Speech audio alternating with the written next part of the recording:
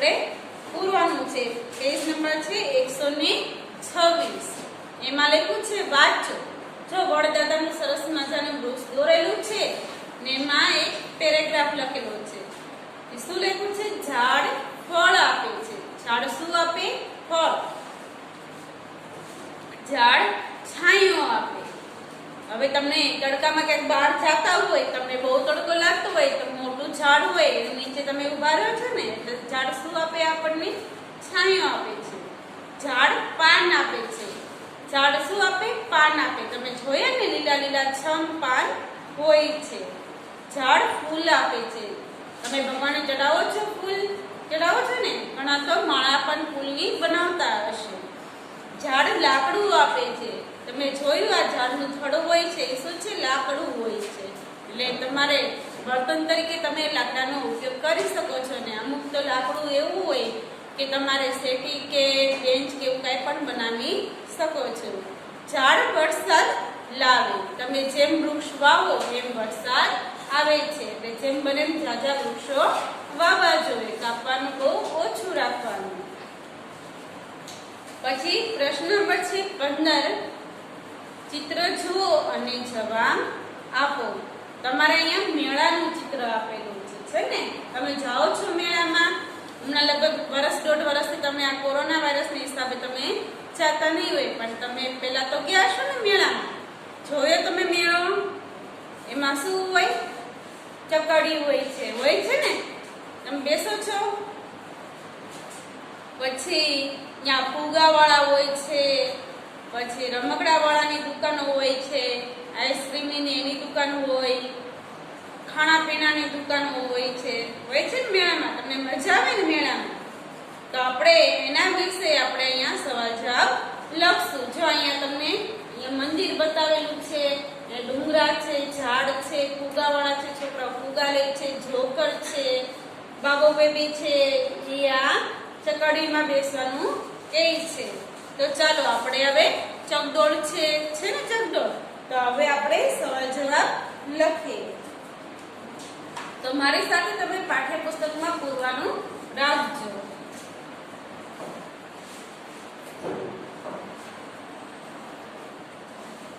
પહેલું છે આ શાનું ચિત્ર છે?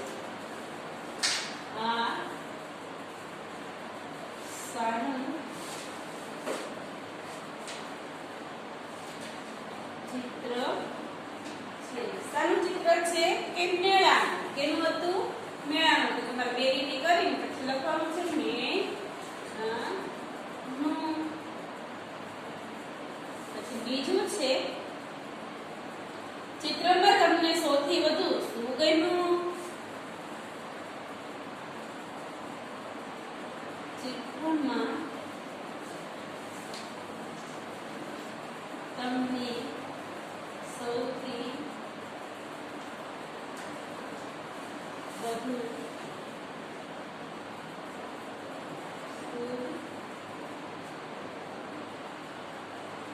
ગમ્યું? ચિત્રમાં સૌથી વધારે તમને શું ગમે છે? ચકડોળ ગમે છે ને? બેઠું ગોળ ગોળ ફરે એટલે તમને મજા આવે. અહીં આપણે લખશું ચકડોળ.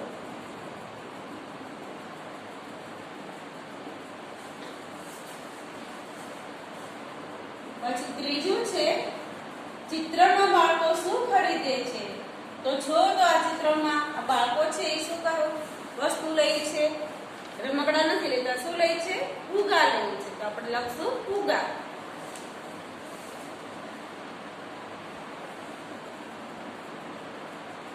ચિત્રમાં બાળકો શું ખરીદે છે?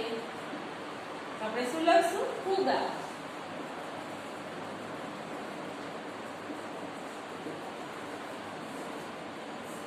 ચોથું છે તમે મેળામાં ક્યારે ગયા હતા? તમે મેળામાં ક્યારે જાઓ છો?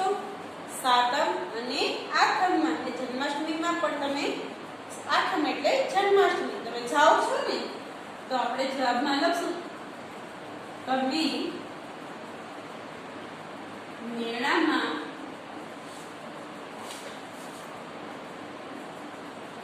ક્યારે ગયા હતા, આપણે લખશું સાતમ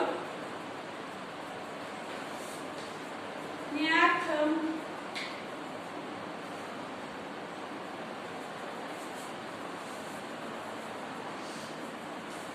પાછું છે તમે મેળામાં શું ખરીદ્યું હતું? તમે મેળામાંથી શું ખરીદ્યું?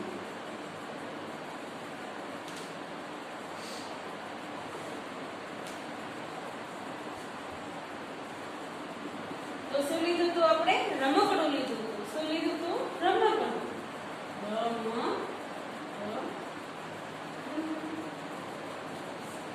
આવી રીતના તમારે બે લીટી કરીને જવાબ લખવાના છે.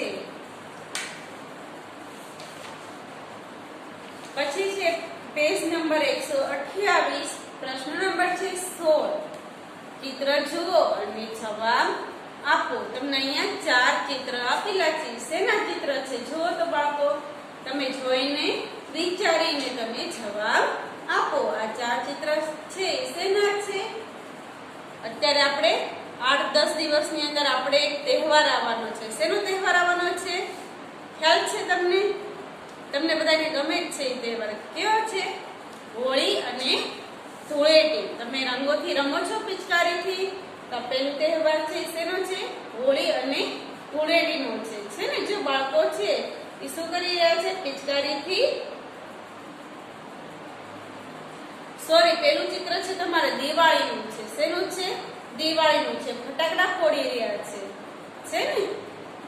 ફટાકડા બાળકો ફોડે છે, ફૂલઝર કરે છે ને રોકેટ ફોડે છે. પછી બીજું ચિત્ર છે તમારે ઉત્તરાયણનું છે. પતંગ ચગાવે છે ને ડબ્બામાં નાસ્તામાં જો લાડુ છે, તલના ને મમરાના ને લાડુ બનાવેલા છે. ને ત્રીજું ચિત્ર છે ઈદનું છે. ઈદમાં શું કરે બધાય? આપણે કેમ ન્યુ યર ને દિવસે બધાય શું કહે છે? સાલ મુબારક, હેપી ન્યુ યર કરે છે ને. એમાં ઈદને દિવસે મુસલમાનો શું કરે છે? એકબીજાને ગળે મળે છે ને પછી શું કહે છે? ઈદ મુબારક. પછી આ ચોથું ચિત્ર છે એ ક્રિસમસનું છે, એટલે નાતાલનું છે. નાતાલને દિવસે આપણે આવી રીતના આ તહેવાર અહીંયા તમને ચિત્રમાં આપેલું છે એ પ્રમાણે લોકો ઉજવે છે ને? તો આપણે આ જવાબમાં આપણે લખશું.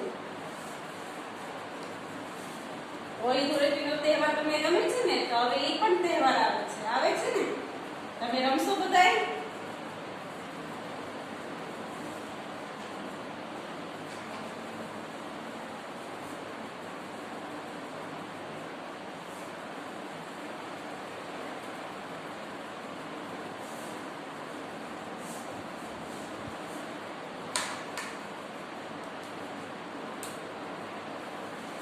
પ્રશ્ન પેલો છે દિવાળીમાં શું કરવામાં આવે છે? તો દિવાળી દિવસે આપણે શું કરીએ છીએ? ફટાકડા ફોડીએ છીએ. પછી મમ્મી નવી નવી વાનગી બનાવે છે ને? તો આપણે શું લખશું? ફટાકડા ફોડશું. દિવાળીમાં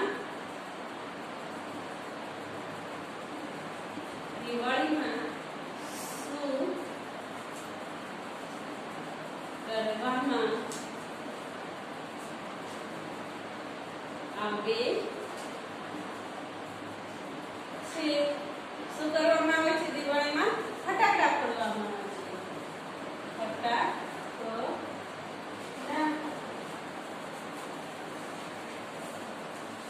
પછી બીજું છે પતંગ ક્યારે ચગાવવામાં આવે છે? તો ક્યારે ચગાવો છો તમે પતંગ? પતંગ ક્યારે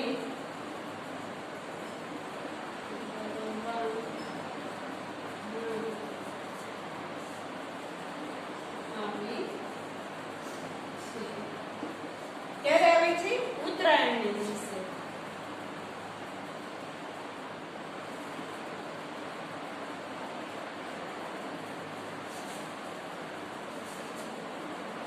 ત્રીજું છે તમને કયો તહેવાર વધુ ગમે છે? કયો તહેવાર ગમે, તમને જે તહેવાર ગમતો હોય એ તમારે લખવાનું છે. નવરાત્રી ગમતી હોય તો નવરાત્રી, દિવાળી ગમે તો દિવાળી, પછી જન્માષ્ટમી ગમે તો જન્માષ્ટમી, ને હોળી ધૂળેટી ગમે તો હોળી ધૂળેટી. અત્યારે હું અહીંયા દિવાળી લખું છું, પણ તમને જે તહેવાર ગમે એ જવાબ તમારે લખવાનો છે. તમને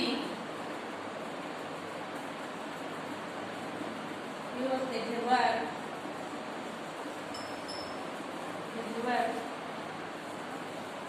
વધુ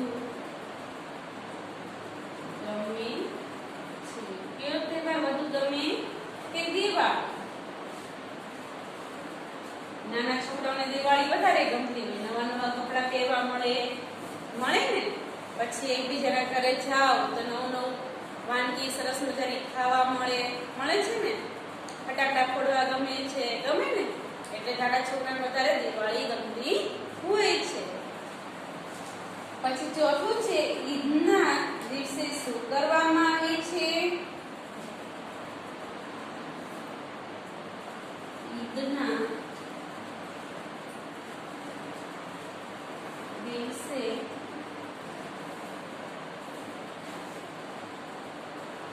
શું કરવામાં આવે છે?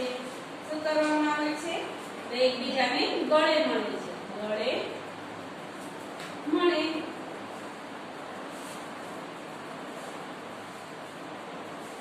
પાંચમું છે, નાતાલનો તહેવાર તમે કઈ રીતે ઉજવો છો? નાતાલનો તહેવાર તમે કઈ રીતે ઉજવો છો? તો શું આપે નાતાલના દિવસે? સાન્તા ક્લોઝ બન્યો હોય એ શું આપે આપણને? ગિફ્ટ આપે અને ચોકલેટ આપે. આપણે અહીં લખશું ગિફ્ટ અને ચોકલેટ.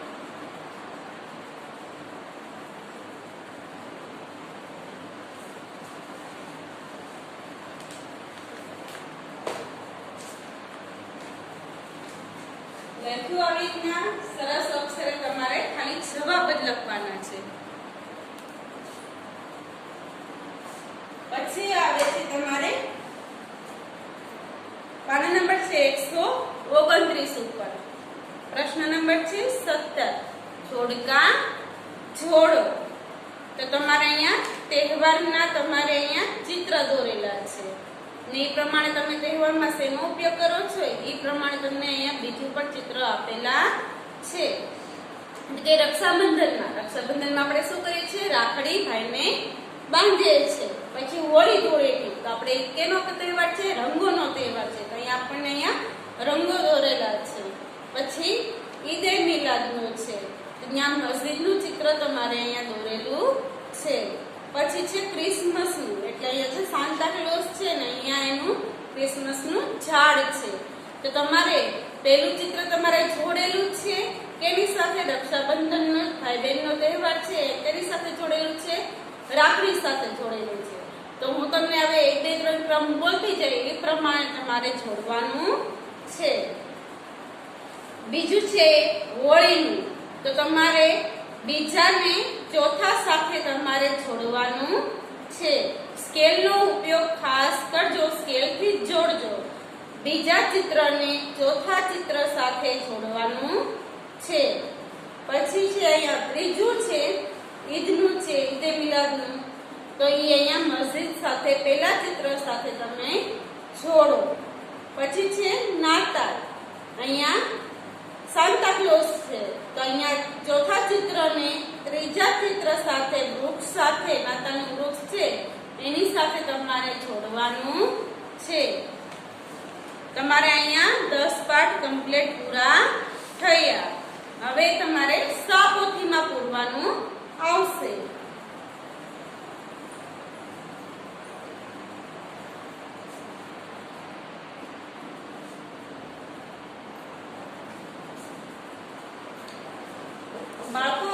આપણે પાઠ્યપુસ્તકમાં પાઠ 10 પૂરા થઈ ગયા છે. હવે પાઠ્યપુસ્તકને તમે બેગમાં મૂકો અને તમે સાપોથી ખોલો. કલરવની સાપોથી છે ને એમાં પાઠ 10 ખોલો. એમાં છે વડદાદા. ખોલી તમે બધાએ.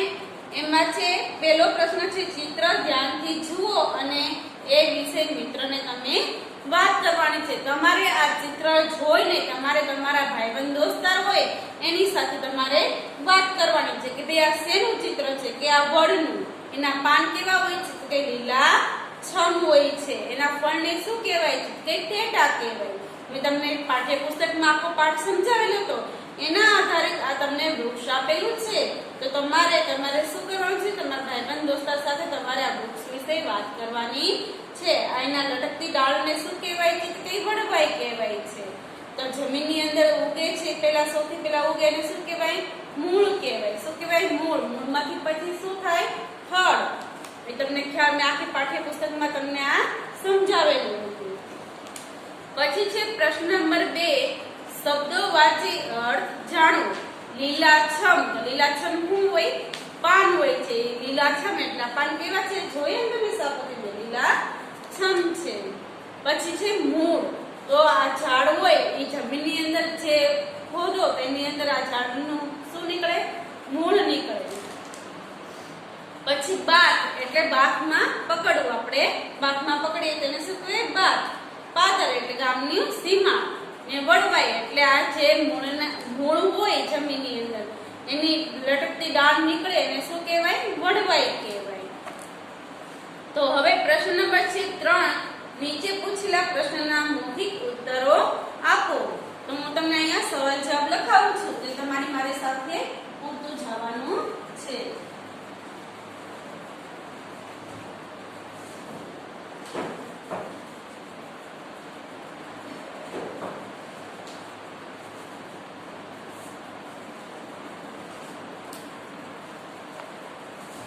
પહેલું છે તમે કયા કયા ઝાડ જોયા. તો તમે જે ઝાડ જોયા હોય એના વિશે તમારે જવાબ લખવાનો છે. તમે કયા કયા ઝાડ જોયા છે. આપણે કયું ઝાડ જોયું છે, તે વડ અને આંબો. આંબાનું ઝાડ જોયું, ઘણાના ઘરે આંબાનું ઉગાવેલું હોય છે. આપણે બે જવાબ લખશું, વડ અને આંબો. પછી બીજું છે આંબો આપણને કયું ફળ આપે છે, આંબો આપણને કયું ફળ આપે છે.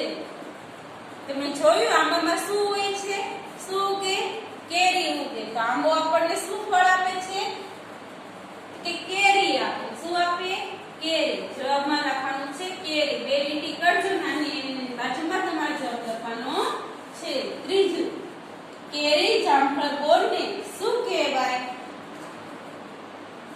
કેરી જામફળ બોરને શું કહેવાય. શું કહેવાય, આ કેરી છે, જામફળ છે, બોર છે, અને આપણે શું કહીએ છીએ, શાકભાજી કહેવાય નહીં. શું કહેવાય, ફળ.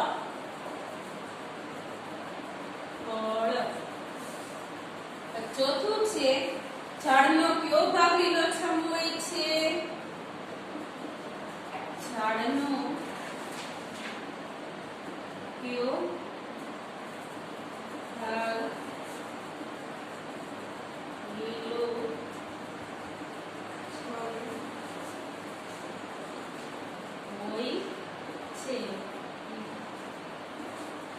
આ ઝાડ છે એનો કયો ભાગ લીલોછમ છે, પાન. શું છે, પાન. તો આપણે અહીં લખશું પાન. પાંચમું, જમીનની અંદર જળનો કયો ભાગ હોય છે? તો જમીનની અંદર જે ભાગ હોય એને આપણે શું કહીએ છીએ? મૂળ કહીએ છીએ. શું કહેવાય? મૂળ. જમીનની અંદર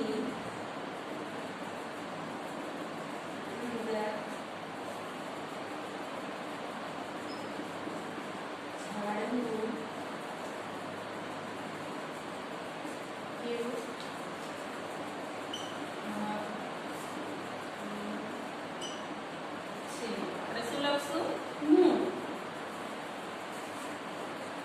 છઠ્ઠું છે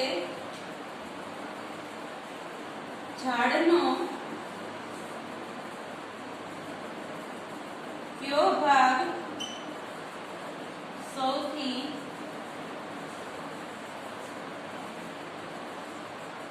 જાડો હોય છે? ઝાડનો કયો ભાગ સૌથી જાડો હોય છે? કે થડ.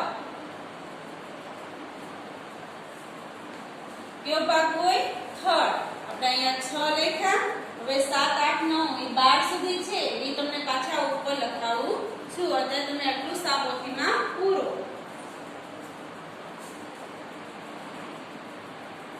આપણે કેટલા પ્રશ્ન પહોંચ્યા? 7મો. તો આપણે અહીં લખશું 7. પ્રશ્ન છે થડમાંથી જુદા પડતા ખાટાઓને શું કહેવાય? થડમાંથી જુદા પડતા ખાટાઓને શું કહેવાય? શું કહેવાય? ડાળી કહેવાય. શું કહેવાય? ડાળી. 8મું છે તમે ક્યાં ક્યાં ફૂલ જોયા છે? તમે ક્યાં ક્યાં ફૂલ જોયા છે? તમે જે ફૂલ જોયા હોય એનું નામ લખશો. ક્યાં ફૂલ જોયા? ગુલાબ, ગલગોટો, ગલગોટા. 9 વડના લટકતા મૂળને શું કહેવાય? વડના લટકતા મૂળને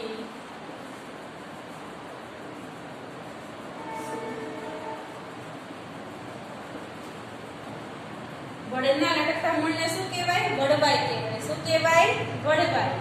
તો આપણે લખશું વડવાઈ. 10મું છે ભીંડા કારેલા રીંગણને શું કહેવાય? ભીંડા કારેલા રીંગણ શું કહેવાય?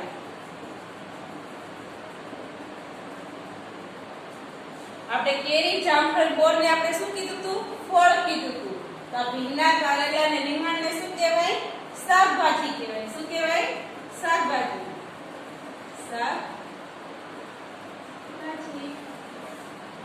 11 તમને કયું ફળ વધારે ભાવે છે? તમને કયું ફળ વધારે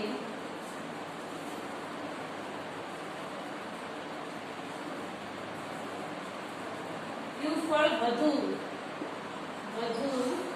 ભાવે છે? ક્યું ભાવે? કેરી ભાવે તમને? ભાવે ને? તો આપણે અહીં લખશું કેરી. પછી બીજું તમને ફળ ભાવતું હોય તો બાજુમાં લખી નાખજો. સફરજન ભાવતું હોય તો સફરજન, દ્રાક્ષ ભાવે તો દ્રાક્ષ. તમને કયું ફૂલ વધારે ગમે છે? જે ફૂલ ગમતું હોય એનું નામ તમારે લખવાનું.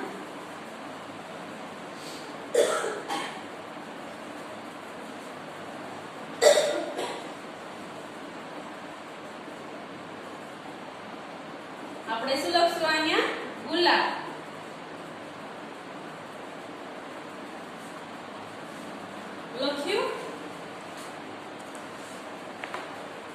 હવે તમારે આવે છે લેસનનો વારો. તો લેસન તમને હું અહીંયા સ્વાપોથીમાં તમારે લાવવાનું છે. પેજ નંબર છે 75, પ્રશ્ન નંબર છે 6, 7 અને 8. 6, 7 ને 8 તો તમને બોર્ડ ઉપર નથી લખી દેતી, તમને ખાલી સમજાવું જ છું. કલર પૂરવાનો છે એટલે બોર્ડ ઉપર લખી નથી દેતી. તમને હું સમજાવું એ પ્રમાણે તમારે અહીંયા કલર પૂરવાનો છે. પાના નંબર છે 75, પ્રશ્ન નંબર 6, 7 અને 8. વાક્યોમાં ઢ, સ, થ અને ઠ માંથી કયો અક્ષર છે તે શોધો ને અક્ષરોમાં રંગ વાક્યની આગળ આપેલા છે ગોળમાં કરો. હવે તમને અહીંયા ઘણા બધા ગોળ વાક્ય જેટલા લખેલા છે એ પ્રમાણે તમને અહીંયા ગોળ આપેલા છે. જાણે અહીંયા તમારે ગોળ કરેલા છે, અહીંયા શું કરેલું છે? વાક્ય લખેલા છે ને? તો આ ગોળ તમને હું ચોપડી કરું છું ને એમાં તમારે કલર પૂરવાનો છે. નાના નાના અવડા તમારે ગોળ આપેલા છે એમાં જ કલર પૂરવાનો છે ને તમને અહીંયા કલર પણ દર્શાવેલો છે તે જ કલર પૂરવાનો છે. તે પ્રમાણે અહીંયા કલર પૂરવાનો ને એ જ પ્રમાણે તમારે અહીંયા પાછળ કલર પૂરવાનો છે. પાછળ તમે જે અહીંયા સમ છે, પર્સ છે, ગોળ અને ઢોલ એમાં તમારે કલર પૂરવાનો છે. પણ આમાં તમે જુદા જુદા કલર પૂરી શકો. પણ પ્રશ્ન નંબર 5, 6 અને 7 માં તમને અહીંયા ઉપર દર્શાવેલા પ્રમાણે તમારે કલર પૂરવાનો છે. આવજો. આભાર.